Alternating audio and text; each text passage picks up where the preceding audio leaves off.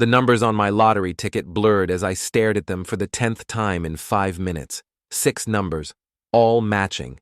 $50 million. Holy shit, I whispered, then immediately glanced around the empty kitchen to make sure Emma hadn't heard me swear. My 6-year-old daughter was upstairs getting ready for school, completely oblivious that her construction worker dad had just become a millionaire. I'm Alex Harper, 38 years old, and until this moment, the luckiest thing that had ever happened to me was finding a $20 bill in my old jeans.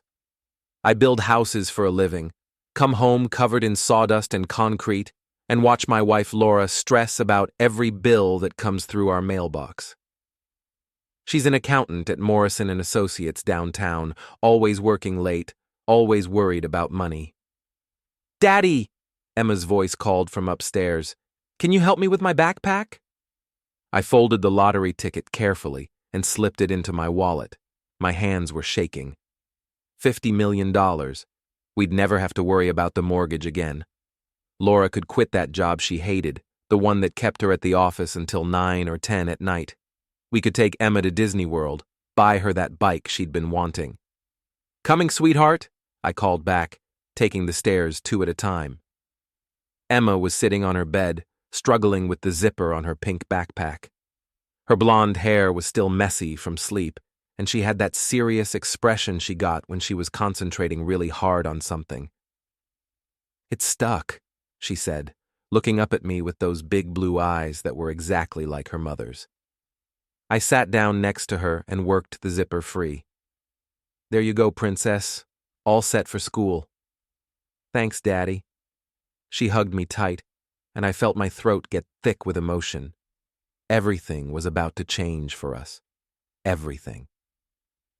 After dropping Emma off at Riverside Elementary, I drove straight to the lottery office downtown. The woman behind the counter, a middle-aged lady with kind eyes and a name tag that read Susan, looked at my ticket and then at me with something like amazement. "Mr. Harper," she said slowly, "congratulations. You've won the largest jackpot we've had in this state in over 3 years." "It's real?" I asked, even though I'd checked the numbers a dozen times against the website. "It's very real. After taxes, you're looking at approximately $32 million. Would you like to take the lump sum or the annuity payments?" "Lump sum," I said without hesitation. Laura and I had always joked about what we'd do if we won the lottery. She'd always said, "Take the money and run." The paperwork took 2 hours. Susan explained that it would take about a week for everything to be processed and the money to be available. But she gave me an official letter confirming my win. I walked out of that building feeling like I was floating. I couldn't wait to tell Laura. I pictured her face when I broke the news.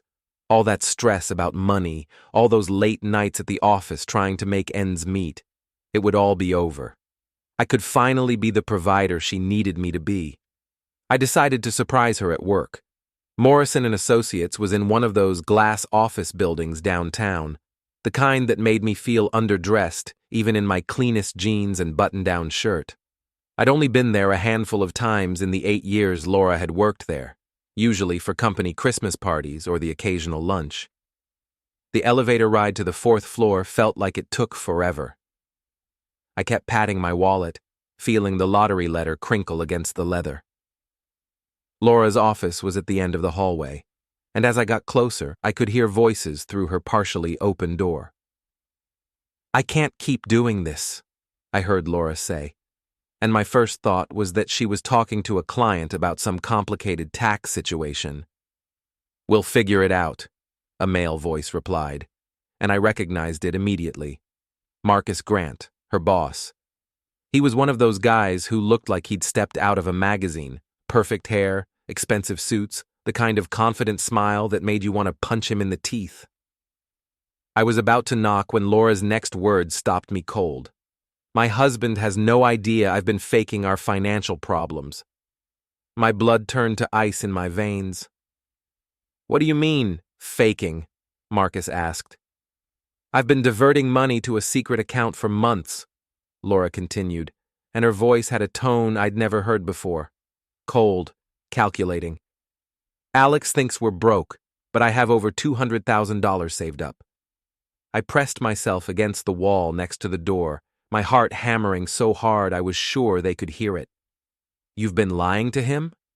Marcus sounded impressed rather than shocked. For almost a year now. I needed time to plan this properly. When I file for bankruptcy next week, he'll have nothing. I'll take Emma, and we can finally be together. The sound of kissing made me want to vomit. Everything clicked into place with sickening clarity. All those late nights at the office. The way she'd been so stressed about money lately, insisting we couldn't afford anything extra for Emma. The secret phone calls she'd take in the bathroom. The way she'd grown distant, cold. It had all been a lie. Are you sure about the bankruptcy? Marcus asked. Completely. I've been documenting everything. His drinking, his temper, his inability to provide for us. The judge will give me full custody. No question. My drinking? My temper? I barely had 2 beers a week, and I'd never raised my voice to either of them in my life. What about the house? Marcus continued. We'll lose it in the bankruptcy, but that's fine. I never liked that neighborhood anyway. Too blue-collar. We can get something better once this is all over. I thought about Emma's bedroom, the one I'd spent 3 weekends painting Princess Pink because she'd asked me to, the treehouse I'd built in the backyard last summer, the garden where Laura and I had planted tomatoes during our first year of marriage, back when she still smiled when she looked at me. I love you, Marcus said, and I heard more kissing sounds. I love you too, Laura replied. By Christmas, we'll be a real family, just you, me, and Emma. I stumbled backward down the hallway, my legs barely working. The elevator doors couldn't close fast enough. I sat in my truck in the parking garage for 20 minutes, staring at nothing, trying to process what I'd just heard. My wife of 8 years was planning to destroy me. She'd been stealing money, lying about our finances, and preparing to take my daughter away from me. And she was doing it all so she could be with her boss. But she didn't know about the lottery ticket in my wallet.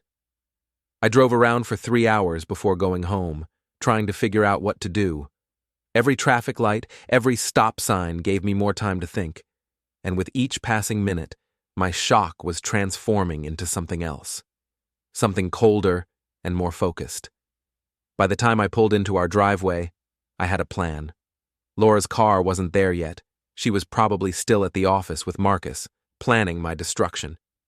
I went inside and called the first lawyer I could find in the phone book who specialized in family law. Brennan and Associates, a professional voice answered. I need to speak to someone about a divorce, I said. It's urgent. 20 minutes later, I was sitting across from Patricia Brennan, a sharp-eyed woman in her 50s who listened to my story without interruption. When I finished, she leaned back in her chair and studied me carefully. Mr. Harper, what you're describing, the secret bank account, the fraudulent bankruptcy filing, that's serious. If you can prove it, your wife could face criminal charges. I don't want her to go to jail, I said quickly. I just want to protect my daughter and make sure Laura doesn't get away with this. Do you have any evidence of what you heard? I pulled out my phone. I recorded the last part of their conversation, I said, playing back the audio. Laura's voice came through clearly. By Christmas, we'll be a real family. Just you, me, and Emma. Patricia nodded approvingly. That's a good start. Now, you mentioned you won the lottery today? 50 million. Well, 32 after taxes. Congratulations. Here's what we're going to do. Don't tell anyone about the lottery win yet. Not your wife, not your friends, nobody. We're going to set up a trust fund immediately before your wife files for bankruptcy.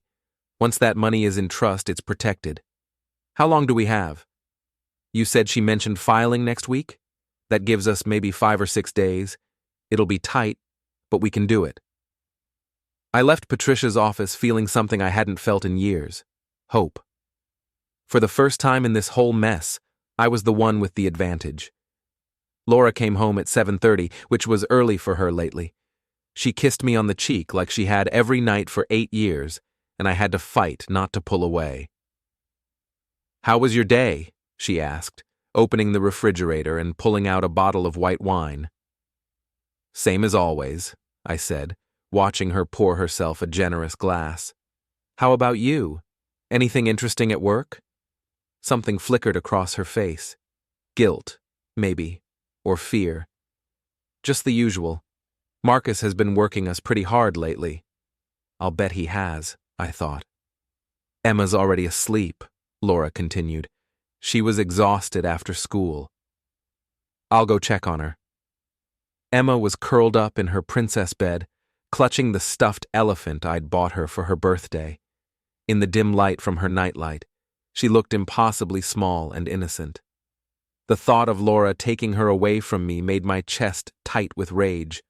"I won't let that happen, sweetheart," I whispered, kissing her forehead. "Daddy's going to make sure you're safe." The next 3 days were the longest of my life. I went to work, came home, had dinner with my family, and pretended everything was normal while Patricia and her team worked around the clock to set up the trust fund. Laura seemed nervous, checking her phone constantly and making hushed phone calls when she thought I wasn't listening.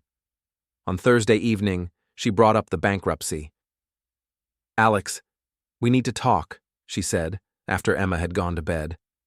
We were sitting on the couch watching TV, the same couch where we'd cuddled during movies back when we were happy. "What's on your mind?" "It's about our finances.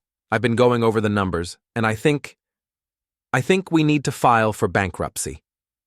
I looked at her, this woman I'd loved for 10 years, and felt nothing but disgust. "Bankruptcy? Are you sure it's that bad?" "I'm afraid so. The mortgage, the credit cards, Emma's school expenses. We're drowning, Alex. I've been trying to keep us afloat, but I can't do it anymore." The lies came so easily to her. If I hadn't heard her conversation with Marcus, I would have believed every word. What would that mean for us? We'd lose the house, probably, but we could start over somewhere else. Make a fresh start. What about Emma? This is the only home she's ever known. Laura's expression softened, but I could see the calculation behind her eyes.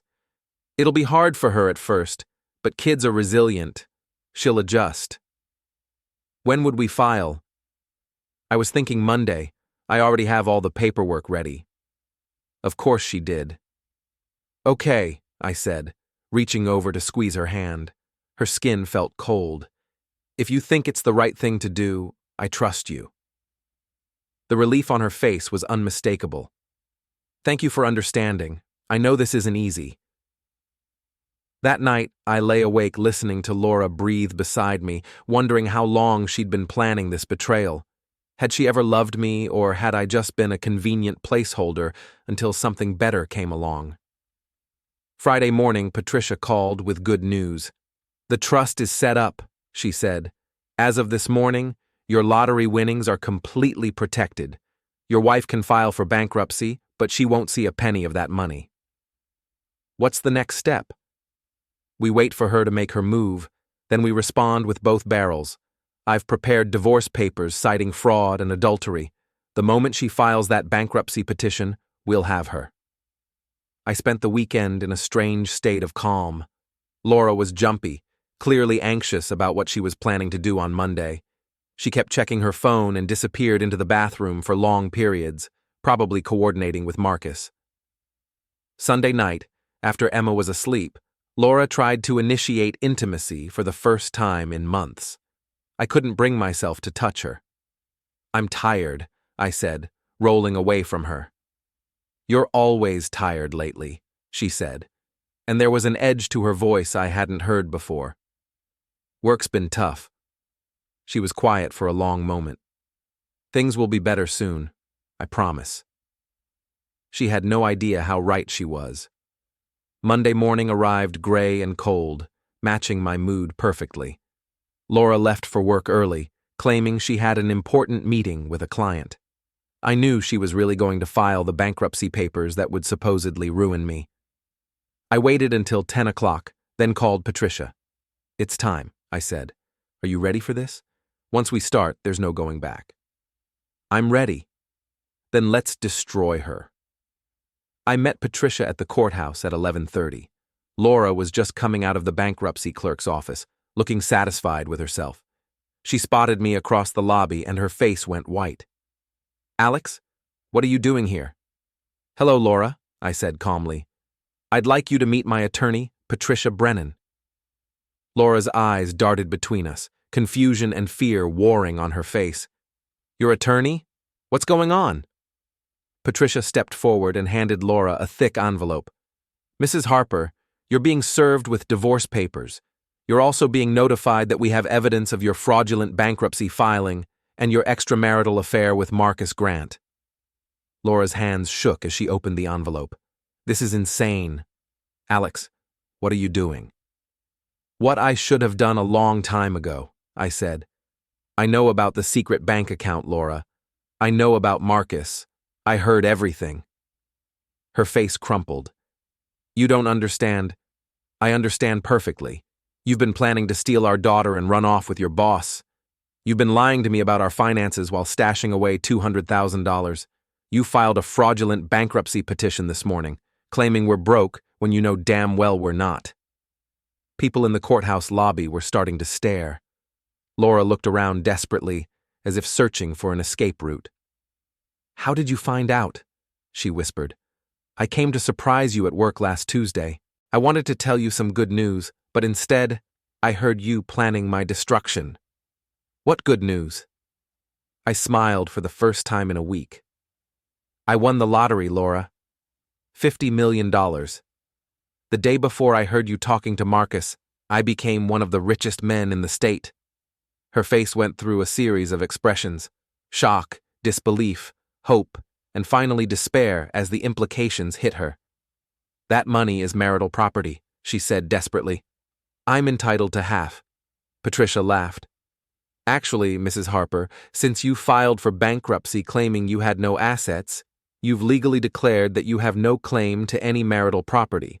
And since the lottery ticket was purchased before your fraudulent filing and the trust was established before you committed fraud, you have no legal claim to those funds." "This isn't over," Laura said, her voice rising. "I'll fight this.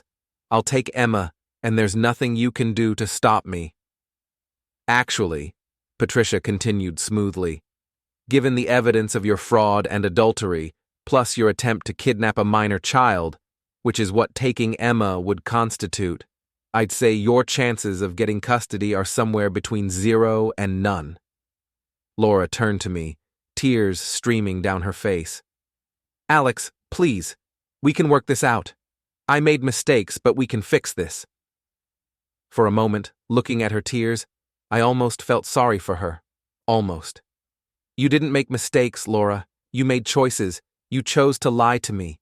You chose to steal from our family. You chose to plan to take my daughter away from me. Now you get to live with the consequences. I never meant for it to go this far." "Yes, you did. You planned every detail. The only thing you didn't plan for was me finding out before you could finish destroying me." Marcus appeared at that moment, probably wondering why Laura was taking so long. He saw our little group and approached cautiously. "Laura, is everything all right?" "Mr. Grant," Patricia said pleasantly. "Perfect timing. You're being served as well." She handed him another envelope. "Adultery lawsuit. Mrs. Harper's husband is suing you for alienation of affection and intentional infliction of emotional distress." Marcus's expensive suit couldn't hide the fact that he'd gone pale as a ghost. "This is ridiculous. You can't prove anything." I pulled out my phone and played the recording of him and Laura planning my destruction. His voice came through crystal clear. "We'll figure it out. Are you sure about the bankruptcy?" "Actually," I said, "I can prove everything. I've got recordings, bank records, witness statements. Did you really think you could destroy a man's life and get away with it?" Marcus looked at Laura, then back at me. "Look, Harper, maybe we can work something out. The time for working things out was before you decided to sleep with my wife and help her commit fraud. I never meant for anyone to get hurt. You meant for me to get hurt. You meant for me to lose my house, my daughter, everything I care about. The only thing you didn't mean was to get caught. Laura grabbed my arm. Alex, please. Think about Emma. She needs her mother. I looked down at her hand on my arm and felt nothing but revulsion. Emma needs a mother who isn't a lying, cheating criminal. Since that's not you anymore, she'll have to settle for a father who loves her enough to protect her from people like you. The next few weeks were a whirlwind of legal proceedings, media attention, and personal reckonings. News of the lottery win combined with the fraud case made for irresistible local headlines. Lottery winner discovers wife's betrayal and $50 million divorce scandal were plastered across every newspaper and website in the state. Laura moved out of the house and into a cheap apartment across town. The secret bank account was frozen pending the fraud investigation, and Marcus had been fired from Morrison and Associates when the managing partners learned about the scandal. His own wife, a socialite named Diane, had filed for divorce and was seeking half of everything he owned. Emma took the separation better than I'd expected, though she asked a lot of questions I wasn't sure how to answer. "Why doesn't Mommy live with us anymore?" she asked one evening as I was tucking her into bed. "Sometimes grown-ups make mistakes that hurt the people they love," I said carefully. "Mommy made some bad choices, and now she has to live somewhere else for a while." "Did she make bad choices about me?" My heart broke a little. "No, sweetheart. Mommy loves you very much. Her bad choices were about other things, grown-up things that you don't need to worry about." "Are you going to make bad choices too?" "I'm going to try very hard not to, and no matter what happens, I will always, always love you and take care of you." She seemed satisfied with that answer, but I could see the confusion and hurt in her eyes. Laura had been allowed supervised visitation twice a week, but even those brief encounters were strained and awkward. My friends and co-workers had mixed reactions to the whole situation. Some were supportive, congratulating me on the lottery win and expressing sympathy for what Laura had put me through. Others seemed to think I was being too harsh, that I should have tried to work things out for Emma's sake. Dave Morrison, my best friend since high school, and the guy I'd shared countless beers with over the years, was firmly in the latter camp. "Come on, Alex," he said one Friday night at Murphy's Tavern, our usual hangout spot. "I get that you're pissed, but destroying Laura's life isn't going to fix anything." "I didn't destroy her life," I said, taking a sip of my beer. "She destroyed her own life when she decided to commit fraud and adultery." "But think about Emma. She's going to grow up knowing her dad sent her mother to prison." "Laura's not going to prison. The DA offered her a plea deal, probation and restitution. She'll be fine." "That's not the point," Dave insisted. "The point is, you're letting your anger turn you into someone I don't recognize." I looked at my oldest friend and felt a familiar stab of disappointment. "What would you have done, Dave? If you found out Sarah was planning to steal your kids and everything you owned, what would you have done?" "I would have tried to work it out. Marriage is about forgiveness." "Forgiveness is for people who are sorry for what they did. Laura isn't sorry she betrayed me. She's sorry she got caught." Dave shook his head. "The money's changed you, man. You used to be a regular guy, someone who understood that people make mistakes. Now you're acting like some kind of avenging angel." "The money didn't change me," I said quietly. "Finding out that my wife was planning to destroy me changed me." "Whatever. I just think you should consider what this is doing to Emma. Everything I'm doing is for Emma. I'm making sure she grows up with a father who won't let people walk all over him, and I'm making sure she never has to worry about money the way I did growing up." Dave finished his beer and stood up. "I hope it's worth it, Alex. I really do." He left me sitting there alone, and I realized that my marriage wasn't the only relationship that had been a casualty of Laura's betrayal. Several of my other friends had similar reactions, and gradually I found myself more and more isolated. But I wasn't entirely alone. Patricia Brennan had become not just my lawyer, but something approaching a friend, and she helped me navigate the complex legal and emotional landscape I was dealing with. Divorce is always ugly, she told me during one of our meetings. But what you're going through is particularly brutal because of the public nature of it. People are going to judge you no matter what you do. I can live with that, I said, as long as Emma is safe and Laura faces consequences for what she did.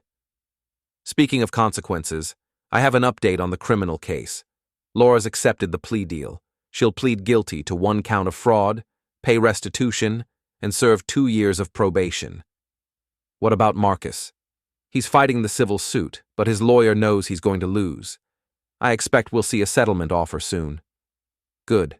What about the divorce? That's where things get interesting. Laura's lawyer is asking for a settlement conference. They want to negotiate. I laughed bitterly. What could she possibly have to negotiate with? Custody. She's threatening to drag out the custody battle for years, put Emma through endless court proceedings and psychological evaluations. She's hoping you'll give her a financial settlement to avoid putting your daughter through that. Absolutely not. I'm not paying her a dime. I thought you'd say that. The good news is, with her fraud conviction, her chances of getting significant custody are minimal. The bad news is, she can still make the process very unpleasant for everyone involved. Let her try. I've got $50 million and the best lawyer in the state. She's got a fraud conviction and a boyfriend who's about to be unemployed. Patricia smiled. I like your confidence. But remember, this isn't just about winning anymore. It's about what's best for Emma in the long run. What's best for Emma is growing up with a father who protects her and a mother who faces consequences for her actions. If Laura wants to be part of Emma's life, she can do it on my terms. The settlement conference was held on a rainy Thursday morning in November, 3 months after the whole nightmare had begun. Laura arrived with her lawyer, a tired-looking man named Robert Chen, who had the thankless job of trying to salvage something from the wreckage of her life. She looked different, thinner, older, wearing a cheap business suit instead of the designer clothes she'd favored when she was stealing money from our family. Her hair was pulled back in a simple ponytail, and she wore no makeup. For a moment, I almost felt sorry for her. Mr. Harper, Chen began, my client is prepared to make a very reasonable offer. I'm listening, Patricia said. Mrs. Harper will agree to joint custody with Mr. Harper having primary physical custody.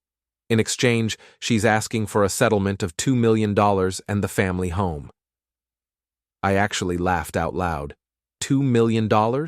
For what? Laura spoke for the first time since arriving. For 8 years of marriage. For being the mother of your child. For making mistakes, but not being a monster. You committed fraud, I said flatly. You stole money from our family. You planned to take my daughter away from me. You're lucky I don't sue you for everything you've got left. I never stole anything from you. You diverted money that should have gone to our family expenses into a secret account so you could fund your new life with your boyfriend. That's theft. Chen held up a hand. Let's keep this civil. My client made errors in judgment, but she's paid a heavy price. She lost her job, her reputation, her marriage. She's asking for enough money to start over and provide a stable home for Emma during her custody time. She can get a job like everyone else, I said. I'm not paying her to be a part-time mother to my daughter. What about the house? Chen asked. Emma has lived there her entire life. Surely you can see the value in maintaining some stability for her. Emma and I are keeping the house. Laura can visit her there during supervised visitation, which is all she's getting. Laura's composure finally cracked. You can't keep me from my daughter. I'm not keeping you from her. I'm keeping you from using her as leverage to get money you don't deserve. I'm her mother. You're a convicted criminal who was planning to kidnap her. The fact that you're getting any custody at all is more generous than you deserve. Patricia leaned forward. Mr. Chen, let me save us all some time. My client's final offer is this. Laura gets supervised visitation every other weekend and 1 evening per week. No overnight visits until Emma is old enough to decide for herself. No financial settlement. She can see Emma at the family home or in a neutral location, but she doesn't get to take her anywhere unsupervised. That's completely unreasonable, Chen began. What's unreasonable, I interrupted, is asking me to pay my ex-wife to be a part-time parent after she tried to destroy my life. What's unreasonable is expecting me to trust her with unsupervised access to my daughter after she demonstrated that she's willing to lie, steal, and commit fraud to get what she wants. Laura was crying now, but I felt no sympathy for her. I made mistakes, Alex, but I'm still Emma's mother. She needs me. She needs a mother who puts her first. You put yourself first, and Marcus second, and Emma somewhere down the list after your own selfish desires. Until you can prove that's changed, you don't get to be a real parent. How am I supposed to prove anything if you won't give me a chance? The same way everyone else proves they're trustworthy, by consistently doing the right thing over time. You can start by accepting this custody arrangement and focusing on being the best part-time mother you can be. Chen whispered something to Laura, probably explaining that this was the best deal she was going to get. After a few minutes, she nodded reluctantly. Fine, she said quietly, but I want it on record that I think this is cruel and unfair. Noted, Patricia said. Anything else? What about Marcus? Laura asked suddenly. Are you going to destroy him too? I considered the question. Marcus had lost his job, his wife, and most of his assets in the divorce. His reputation in the accounting world was ruined, and he was facing a significant civil judgment. Marcus destroyed himself, I said finally, just like you did. I didn't make either of you choose to betray the people who trusted you. The paperwork took another hour to finalize. When it was done, Laura stood to leave, then turned back to me one last time. I hope you're happy, she said. I'm not happy, I replied honestly. I'm satisfied. There's a difference. After she left, Patricia and I sat in the conference room for a few minutes, enjoying the quiet. How do you feel? She asked. Tired, relieved, ready to move on. Any regrets? I thought about it carefully. I regret that Emma had to go through this. I regret that I wasted 8 years loving someone who was capable of what Laura did. But I don't regret fighting back. I don't regret protecting my daughter and myself. Good. Because you did the right thing, even though it wasn't easy. What happens now? Now you go home to your daughter and start building the life you want to have. You've got the resources to give Emma every opportunity in the world. Don't waste them. 6 months later, I was sitting in Emma's treehouse on a warm Saturday afternoon, watching her play with the new dollhouse I'd bought her. The legal battles were over, the media attention had died down, and we'd settled into a routine that worked for both of us. Emma saw Laura every other weekend and Wednesday evenings, always with a court-appointed supervisor present. The visits were awkward, but civil, and Emma seemed to be adjusting well to the new normal. She'd started seeing a child psychologist, Dr. Sarah Martinez, who helped her process the changes in her family. She's remarkably resilient, Dr. Martinez had told me during our last meeting. Children are often better at adapting to new situations than adults are. As long as she feels safe and loved, she'll be fine. Emma definitely felt loved. The lottery money had allowed me to cut back on work and spend more time with her. We'd taken trips to Disney World, the Grand Canyon, and New York City. I'd hired a part-time nanny, Mrs. Rodriguez, who helped with homework and cooking while I was at work, but I made sure to be home every evening for dinner and bedtime. The house had been renovated and upgraded, new kitchen, new bathrooms, a playroom for Emma, and a home office for me. But we'd kept her bedroom exactly the same, princess pink walls and all. Some things were too important to change. Marcus had eventually settled the civil suit for $800,000, which I'd put directly into Emma's college fund. He'd left town shortly after, supposedly taking a job with an accounting firm in another state. I didn't know if that was true, and I didn't care. He was Laura's problem now, not mine. Speaking of Laura, she'd found work as a bookkeeper for a small business across town. It was a step down from her previous job, but it was honest work, and she was slowly rebuilding her life. She'd moved into a better apartment and seemed to be making an effort to be a good mother during her limited time with Emma. I'd heard through mutual acquaintances that she and Marcus had broken up shortly after the settlement conference. Apparently, love didn't survive the loss of money and status. I wasn't surprised.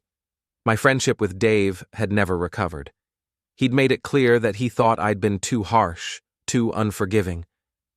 Other friends had drifted away as well, uncomfortable with the whole situation, or perhaps intimidated by my newfound wealth. But I'd made new friends. Other single parents at Emma's school, neighbors, people who knew me as I was now rather than as I'd been before. "Daddy," Emma called from the dollhouse, "can we have pizza for dinner?" "Sure, sweetheart. What kind do you want?" "Pepperoni, and can we watch a movie?" "Absolutely. What movie?" "The Princess Bride. Mrs. Rodriguez said it was really good." I smiled. Mrs. Rodriguez had been introducing Emma to classic movies, and The Princess Bride was definitely a good choice. "That sounds perfect." As I watched my daughter play, I thought about the conversation I'd had with Patricia Brennan the week before. She'd called to check in and see how we were doing. "Any regrets?" she'd asked, the same question she'd posed 6 months earlier. "None," I'd answered honestly. "Emma's happy, I'm happy, and Laura is learning to be a better person. Everyone got what they deserved. Even you? Especially me. I got my daughter, my self-respect, and the knowledge that I'm strong enough to protect the people I love." That evening, as Emma and I shared pizza and watched Wesley rescue Buttercup, I reflected on how much my life had changed. A year ago, I'd been a struggling construction worker with a lying wife and a mountain of fake debt. Now I was a millionaire single father with a daughter who adored me and a future full of possibilities. The lottery ticket had been lucky, but the real jackpot had been discovering Laura's betrayal before she could complete it. If I hadn't overheard that conversation, I would have lost everything: my house, my daughter, my dignity. Instead, I'd turned the tables and won the biggest victory of my life.